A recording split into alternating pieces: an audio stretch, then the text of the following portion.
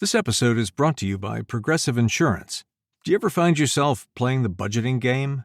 Well, with the Name Your Price tool from Progressive, you can find options that fit your budget and potentially lower your bills. Try it at Progressive.com. Progressive Casualty Insurance Company and Affiliates. Price and coverage match limited by state law. Not available in all states. Still waiting in line? Again? That's time you'll never get back. Save time and money with Stamps.com. Over 4 million businesses have skipped the line with Stamps.com. Join them to save up to 90% off carrier rates from your computer or phone right now. Print postage for certified mail, registered mail, and packages in seconds. Then schedule a pickup right from your home or office. For a limited time, go to Stamps.com and use code PODCAST for a free welcome gift. Taxes and fees apply. A Swift Kick in the Ass, episode 79. All big changes start with a swift kick in the ass. Join the journey of lifelong friends, John Curren and Tom Stewart, as they make conventional thought bend over and take a boot to the keister. Warning, listeners may notice a force equal to or greater than needed to get your ass moving. A swift kick in the ass, living life on your terms. Welcome, I'm Tom Stewart. I'm joined with my lifelong childhood friend, John Curren. And today's episode is, Psst, hey, buddy, a minute of your time. I just had to do that, John. Welcome to the show, man. Hey, man, I can't blame you. You know, isn't that caption, isn't that like the leading sales pitch that comes with any sales pitch? Absolutely. You know, someone asking you for a minute of your time. And today's episode is about asking yourself for a minute of your time, because at the base or the foundation of living on your own terms, it comes down to a simple minute of your time. The point I'd like to make is that your time matters. How you spend your time makes a difference in your life, even if it's just a simple minute. It's the only thing we really have, John, is our time. Yeah, that's absolutely true, because right now, in this moment, we are alive and we're breathing. The past is something that's gone. It's in our memory. It's a product of our thought now at this point. The future is the same thing. It's in our mind. It has not yet happened. We're not guaranteed a future. All we have right now is this moment. And I think that people squander their time. The average life expectancy for the world is 67.2 years. Okay. You know, give or take, it's an average. That equates to, let's see, 1 minute of your time. I mean, over a year accounts for over 525,000 minutes. And over that 67.2 years of the average life, that gives us about 35 million minutes to use up over our lifetime. And we all see time as being something very valuable, but aren't we willing to give up a minute of our time out of these 35 million? You know, I think it's a false perception. We have all the time in the world until we don't. So we waste our time, and this episode is about how you can use a minute of your time to leverage yourself into a position that will lead to you spending your time more as you choose, doing the things that you want to do, getting more out of life. That's what this is all about.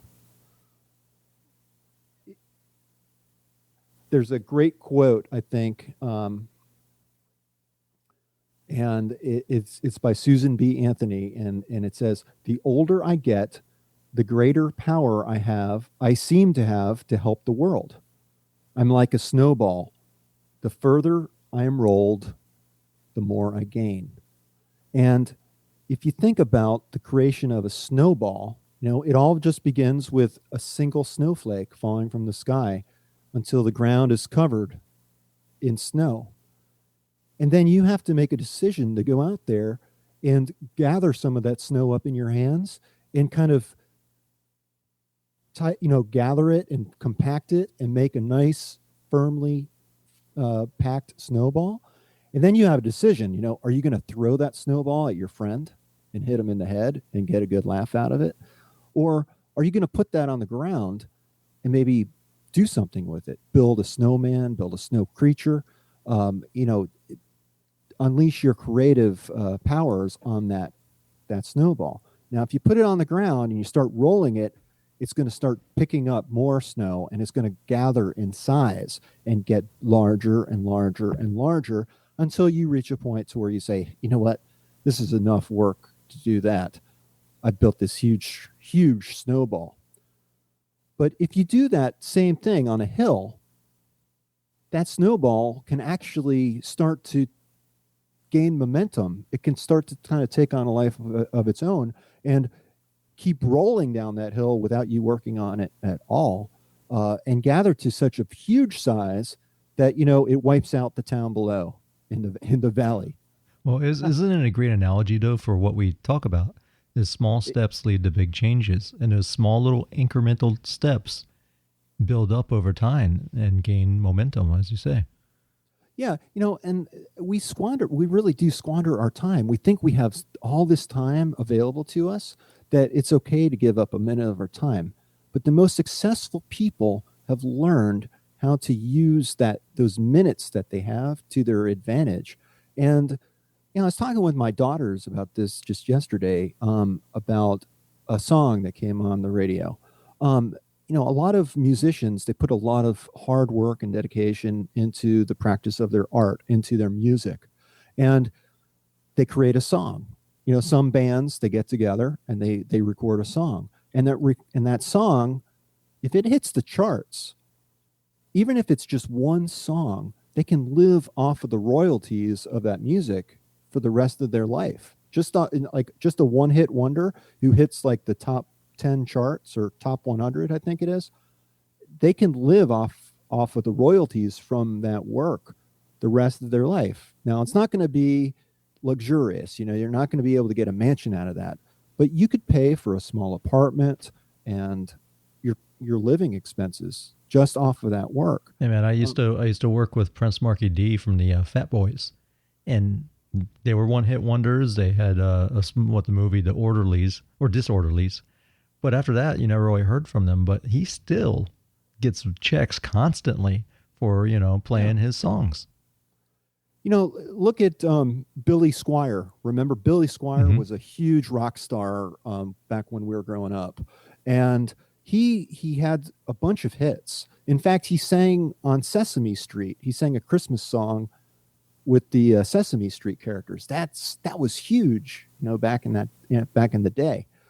But he left the music scene kind of at the top of his game, and you don't hear about him much because he moved to Europe and he married a French model, and I think he still plays music and plays like small acoustic gigs, but he doesn't have to work for the rest of his life. I mean, he's living off of the royalties and doing basically whatever he wants. To me, that's he made an investment of his time. He worked very hard to get to that point, and then he made a decision to use it. Didn't this whole idea come to your mind when you were thinking about playing your guitar? Yes. I had hand surgery recently, and that kind of sidelined me. And it looks like John's hand looks like a zombie, just so you know. He just showed it to me, and I was like, holy crap, you look like you walked out of The Walking Dead. Yeah, they cut it right to the bone to do some repair work on it, but it's fine. But I like playing guitar, and I'm okay. It's just a hobby. It's just for fun, but I want to be a better player. That's important to me. And I was thinking about it, how going back to our high school band days, Tom and I were band geeks, and we both played saxophone, and we both, had to put in our practice. And we learned back then that if you set aside, 10 minutes of your day to practice day in and day out, you will improve your playing. You put in the time and the effort, and that 10-minute session builds over time. So you need to practice, and you need to keep working at it. And as you do that, it builds, and you become a better player for it. And it's such a small increment of time. You think, that's it, 20 minutes? But I was talking to my brother-in-law last night. He's also, a guitar player. And I asked him, how often do you play? He goes, every day. He goes, it's usually only about 10 or 20 minutes, but I'll hear a song coming home from work, and I'll go home and I'll try to figure out if I can, play it, or I'll look on YouTube and, get some instruction on how to play it. And it really is. It's, John, as you know, I've been doing the stairs. I do there's a tower by my house. It's 5 stories, and I do it 20 times, which is like 100 flights of stairs. And I've been doing this religiously daily. And when you think about it, it really doesn't take that much time. It probably takes me about 30 to 45 minutes, with everything wrapped up. And it's really not that much time, but it makes me feel great. I feel better than I ever have in my life, and I'm losing weight, and I just feel lighter on my feet. I feel younger. My wife says I look sexier, so I'm too sexy for my shirt, that kind of. Good for you, Tom. Yeah, but it really doesn't take that much time. It's just that consistency of doing it every single day. And if you miss sometimes, it's okay, because you've been doing it every single day. Yeah, and so here we are, spending 10 or 20 minutes of your time doing something that you enjoy doing, as well as something that you want to do, as compared to something that, spending your time doing something that someone else wants you to do. Living life on your own terms, we talk a lot about that on our show. And the definition differs person to person. What I want out of life is different than what you want out of life, and vice versa. And that's okay. But one common theme, and one that applies to everybody, is that living life on your terms is about having a life that you are doing things that you enjoy, and that you're controlling your time and your energy and effort. Isn't that the ultimate goal of all of our lives, to live life as we choose, and doing things because we want to do it, not because we have to do it. So by carving out just 10 minutes of your day to practice guitar, or carving out, 45 minutes a day to run the stairs, you are in essence controlling your terms. You are doing something with your time that you directly benefit from. Now, over time, I'm going to want to increase my guitar playing by, say, 10 more minutes. So, 20 minutes a time. And maybe I want to start doing yoga or meditating, or maybe I want to start running stairs or doing something else. In that regard, you get the snowball effect, to whereas the more you do it, the more time out of your day that you're capturing. So, forward this on, and with determination and commitment to this approach, ultimately, you want to spend all of your time doing everything that you want to do because you want to do it, and it directly benefits you.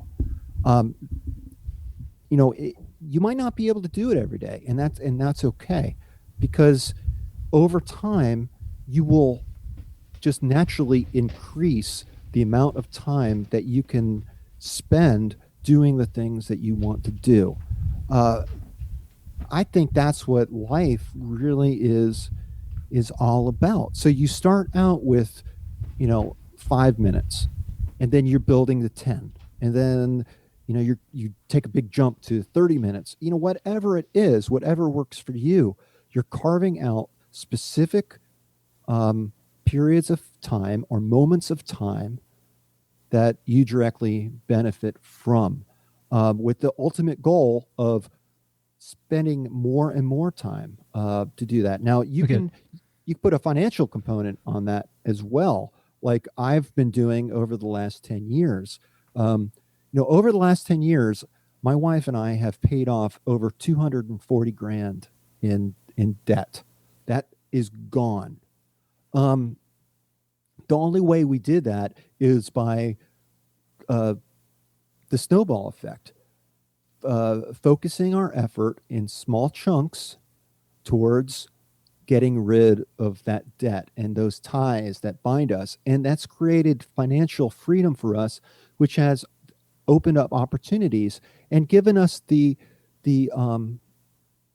opportunity to have more control over our life. I don't feel so tied to a job because I'm not as financially dependent on that job anymore as I was 10 years ago. I mean, the thought of losing my job 10 years ago would give me a heart attack. It was too much, it was too much. I am less dependent on that regular income, and I know I can survive if that was to change. To me, that's positioned not only myself but my family to make more and to be able to make more and better decisions that govern my life directly. All right, John. So we talk about real world examples.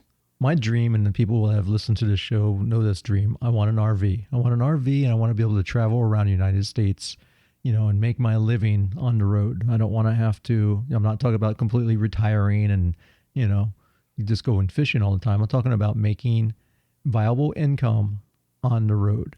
And one of the things that one of our other goals was, me and John talk about going hiking one day, maybe the Appalachian Trail, and tying all this in as a business venture. Well, that's one of the reasons that I started doing the stairs, was to get in shape for hiking.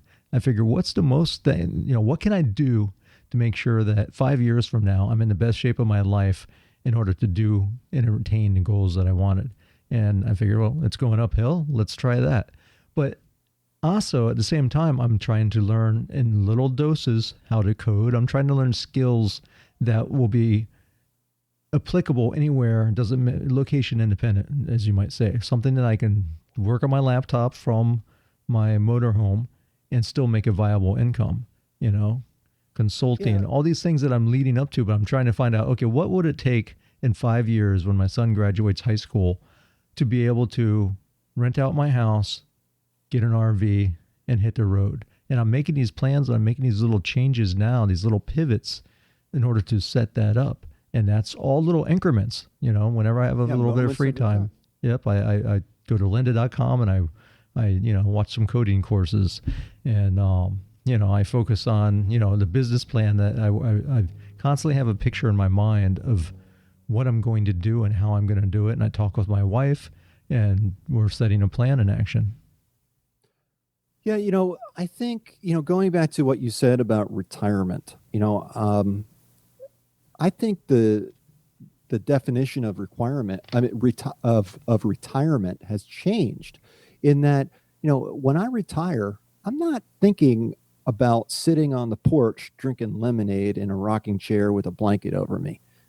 That has no appeal to me whatsoever.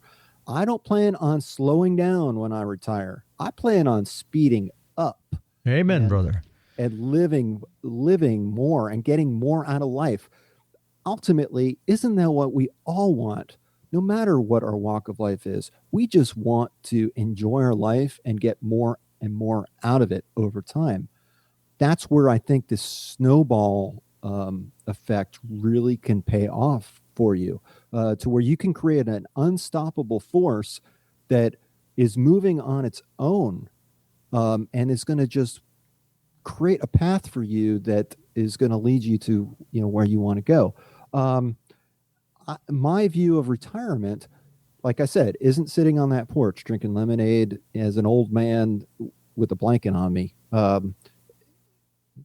It is about supporting your lifestyle, or having the ability to support your lifestyle without having to work. So that doesn't require millions and millions of dollars in your bank account. It depends on what kind of life you want to live. If you keep your expenses low, then you don't need to have a lot of money to support that lifestyle.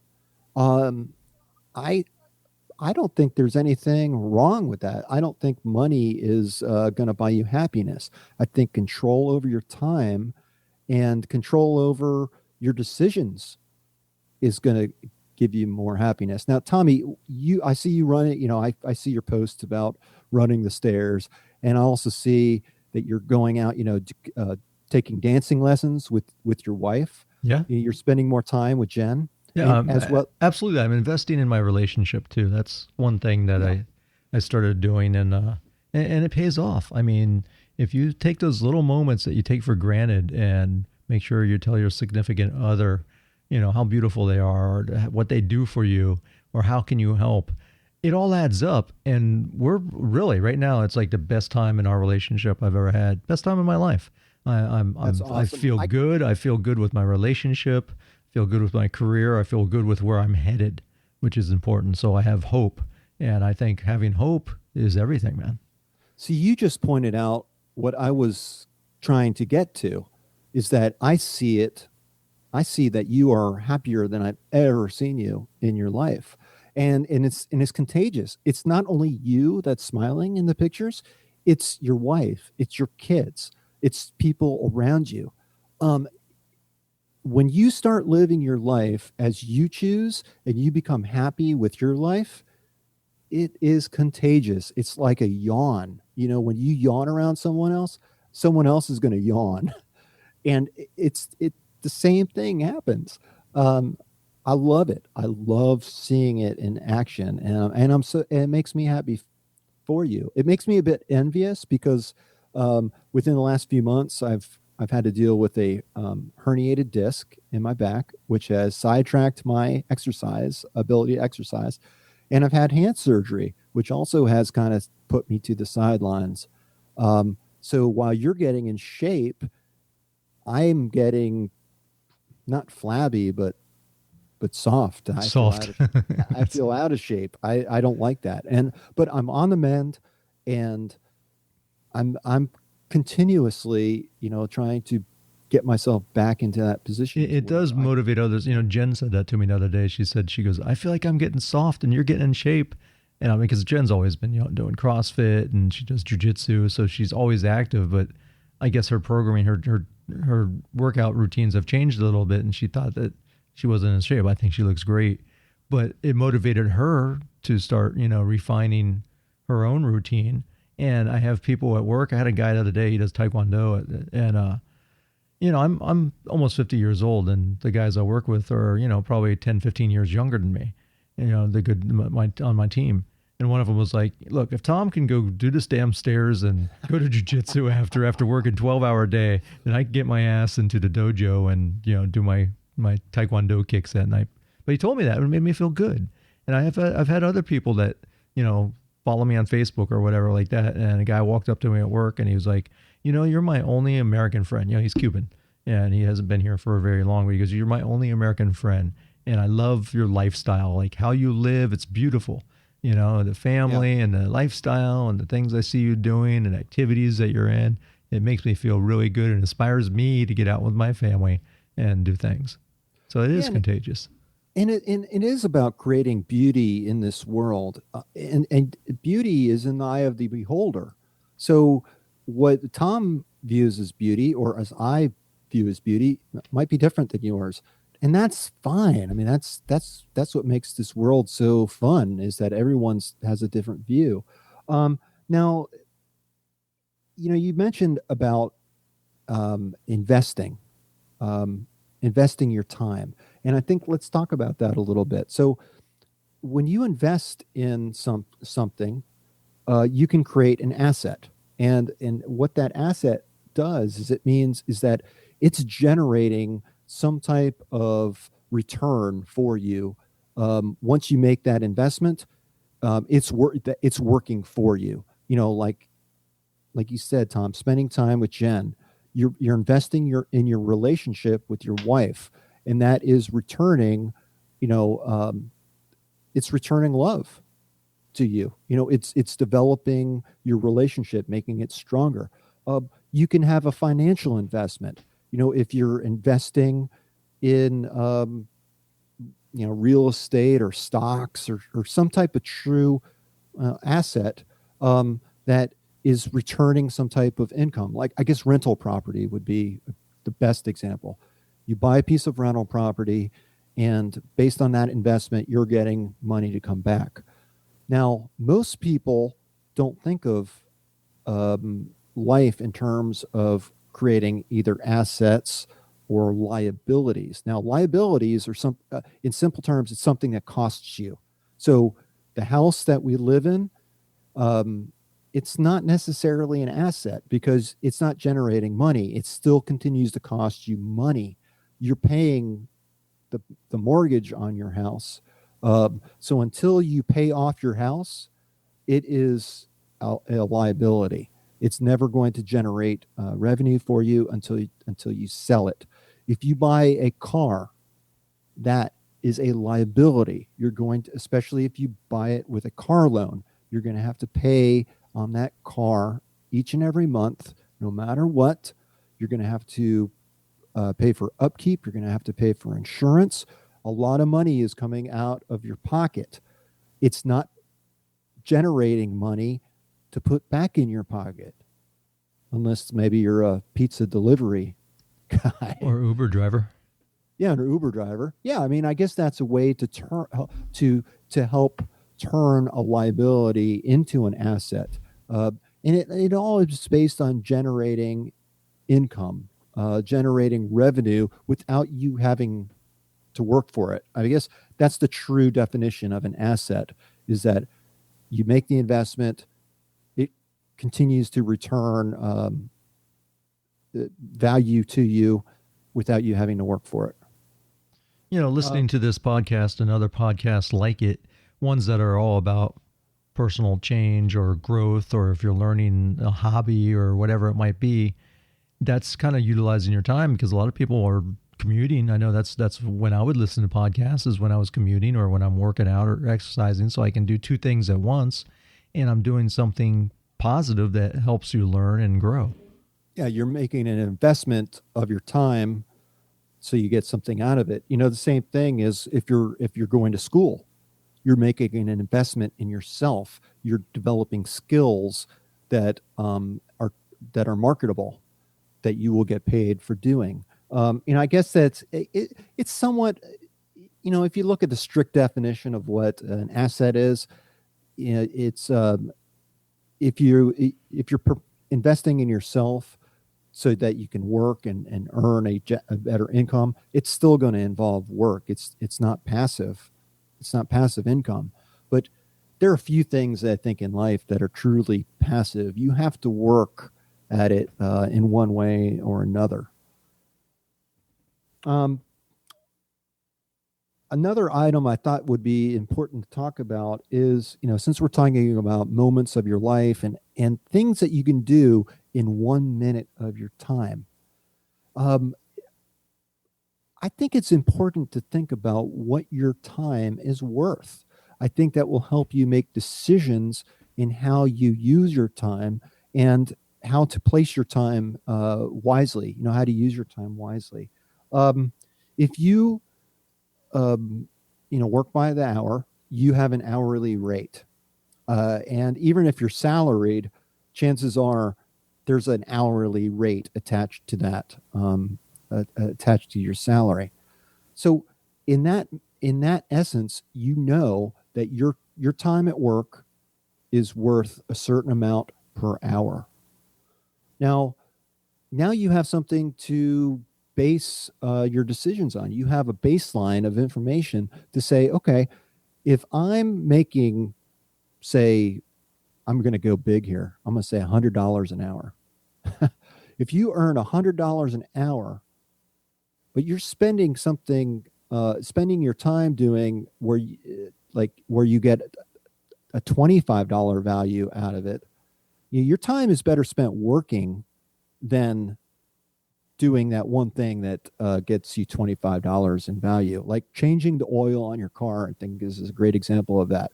I used to change the oil on my car, but it's cheaper and it's less time intensive for me to just take it to the Jiffy Lube down the street and pay them the, $30 that I pay them or whatever I pay them. It's usually more because I always have Because they upsell you on everything. Yeah, they upsell me, but it still applies. Is that my time that I spend doing that and giving them my money for? I'm getting something in return.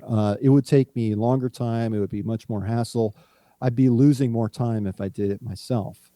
So for me, it's worth to spend that money. Same thing with some home improvement items. Now, my dad always thought that he could do everything better than anybody else. He wasn't always right on that. And my mom will tell you the many examples that they had to bring in a professional after the fact To fix up his mistakes. Yeah, to fix his mistakes, and it ended up costing them more in the long run. Whereas if they just would have gone to a professional who had the time and the experience and the equipment, the right equipment to do the job right the first time, they would have been, much, much better off. Start thinking about how you spend your time, and what you're getting out of that time, and hopefully you can start spending the minutes of your time and making them count more towards whatever you're trying to do with your life or whatever type of positive change you're trying to create in your life.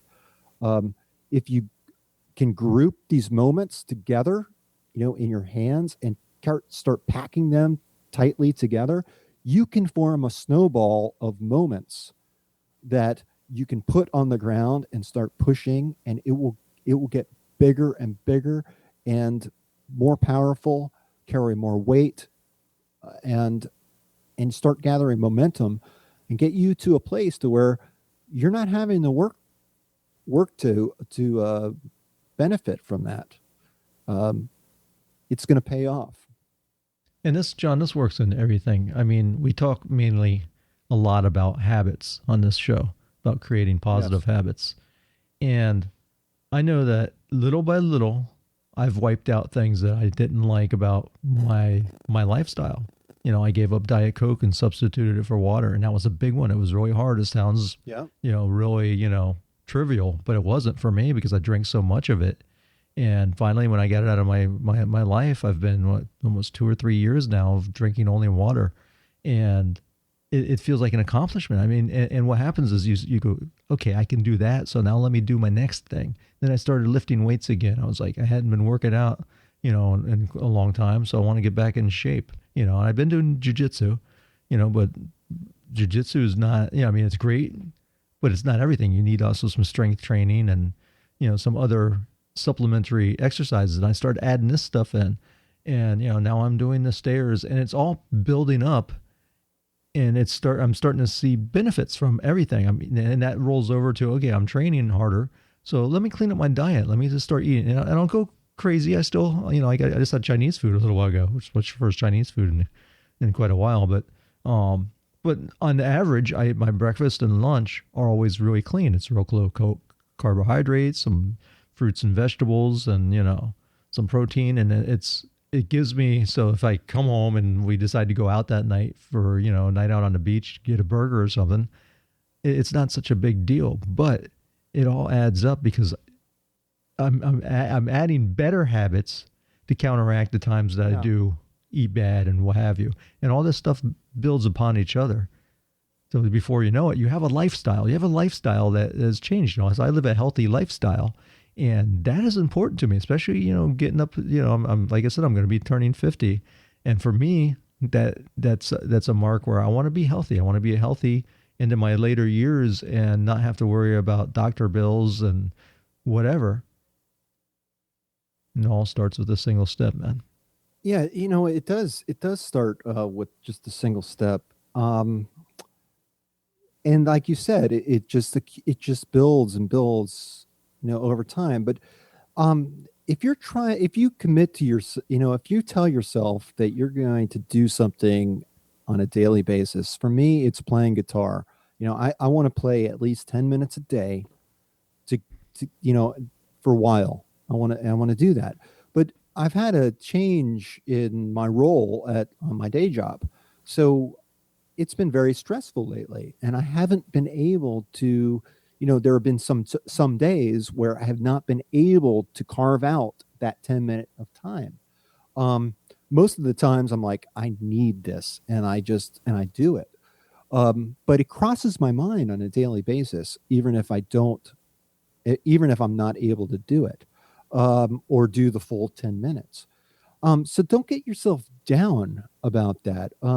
Back when Tommy and I used to do a lot of weightlifting, and you can't work out every day. I mean, life happens. Sometimes things get in the way that prohibit you from doing what you want to do. If you get down and you dwell on that, that's not accomplishing anything. It's not really a good use of your time.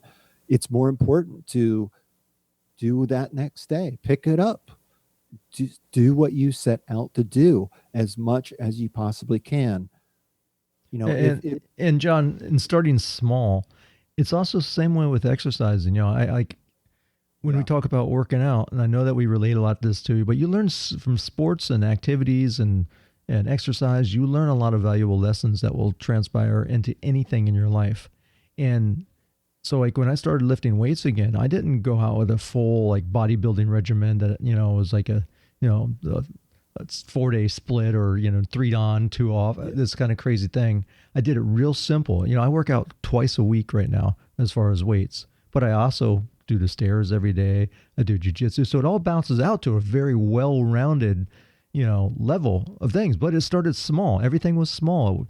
It wasn't like I'm going crazy on any of them. And even now, my routine is still very simple and very basic because, it's like when you build a foundation in a house, the basics are the most important. It's the same thing in any sport, the foundation, the basics.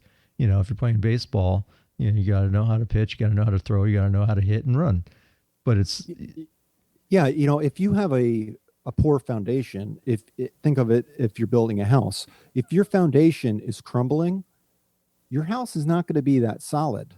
You will never be able to build a solid house on a crumbling foundation. You have to have a strong foundation to have that house. Now, and also, John, if it's too overwhelming, if someone said, okay, can you build, a very basic block, like a square, you're building your house and make it as basic as it, you say, okay, that's attainable. I can do that. But if they showed you this, like the blueprints of some mansion, you're going to be like, there's no way I can't build this thing. So you got to start off real simple. And even if you have to keep it simple for a long time before you ramp it up, and by those little increments, you really aren't going to notice it. You're just going to look back one day and go, my God, I've built a freaking mansion, because I've been adding on for years and doing all these little different, adjustments. Yeah, and also you will experience setbacks. Of course. Now, if you've been listening to the show for any amount of time, you know that for probably over a year, I was doing push-ups on a daily basis. I work from my home. It's very difficult for me to get out to the gym, and I started doing body weight exercises. That was doing planks, that was doing push-ups. I was doing at least 40 to 50 push-ups at least once a day, all in one set. And sometimes I do multiple sets. I was dedicated, and I saw I made huge progress. I started feeling better. I started getting in shape again. My muscles were getting toned. And then what happens? I have a near fall in a parking lot, and I had slipped discs in my back. My right leg started going numb. I started experiencing muscle weakness in my legs. It was painful as hell. In fact, it was like sailor cursing level pain. As soon as you get up out of bed, it was terrible. It set me back. It just stopped that progress. And then I had surgery on my hands. The doctors cleared me. I had a epidural steroid injection in my back that has helped clear up the reduced inflammation in my spine, and I don't have the issues with my herniated disc. It's time has passed. It's healing itself, which is great. Doctor said I could start back to exercise. My hand surgeon said, sure, you can do, you're not limited to your exercise. The only limit is the pain that you want to experience. So, I've been cleared by the doctor. So I started to get back into push-ups. I tried to do a push-up, and my lat hurt me so bad. It was like a sprained muscle because, You're trying to compensate.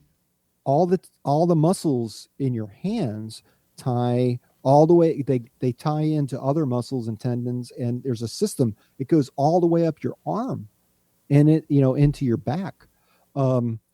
I tried to do one. It was so painful. I couldn't do anything. I could barely manage a plank. So I stopped. I waited a few days. I went back. I was able to get 7 or 8 push-ups that next time. I did them slow, but then I still felt like it wasn't right. So I waited. I'm going to wait. I'm going to keep doing that. I got to keep coming back to it. Keep trying day in and day out. Even if you do one push-up, that's better than doing no push-ups. You got to at least try, because if you don't try, you'll never advance. And you can pivot. John, I'll prescribe you air squats. Do a bunch of air squats. And This is not an exercise show, but it really does. I mean, John's right. Things happen in life, and there's setbacks they're going to happen. It's Murphy's Law. And something's always going to come and derail you. But pivot and do your best.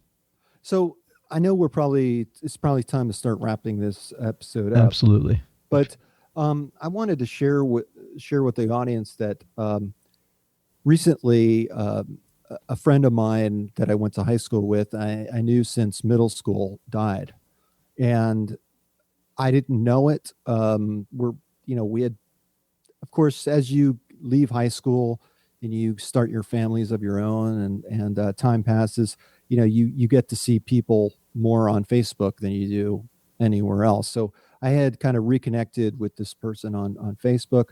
I didn't know she was sick. She has two kids, husband, and she died recently. And all this really got me thinking more and more about how we spend our time. Now, Debbie was a tremendous person, and as you read all the comments about her from friends on Facebook and people who knew her, they're not talking about the car she drove or the house that she drove or the outfits that she wore. What they talk about is they talk about the smile that she had and the love that she had for her students. She taught baton twirling, and so she coached a number of young women on baton twirling and shared her knowledge with them. And she was an educator. She really helped a lot of people, and she will be remembered for her smile and her charisma and her talents, not her possessions or the car she drove or all these other little things that don't make any difference. What people remember are the moments that they share with you, or like that, and the lives you've touched and changed and had impact on. Yeah, absolutely. And so they say that death is a great motivator. So here's an exercise that you can do. Imagine that you're at a funeral and that it's your funeral and you've been asked to give the eulogy. What would you like said about you at your funeral? Whatever that is, whatever you want said about you when you die, that is your priority, or those are your priorities.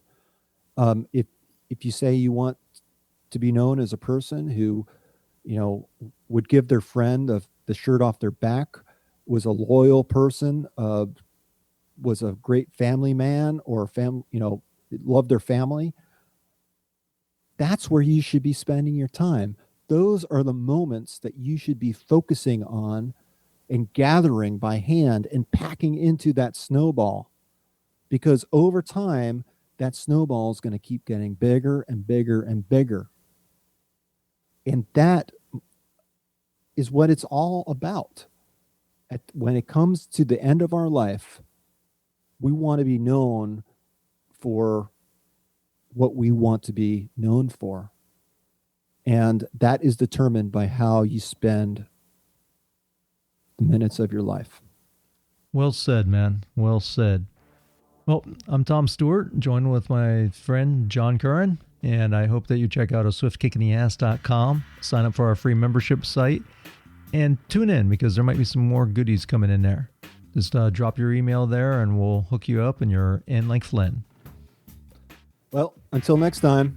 Peace. This is John and Tom. Peace.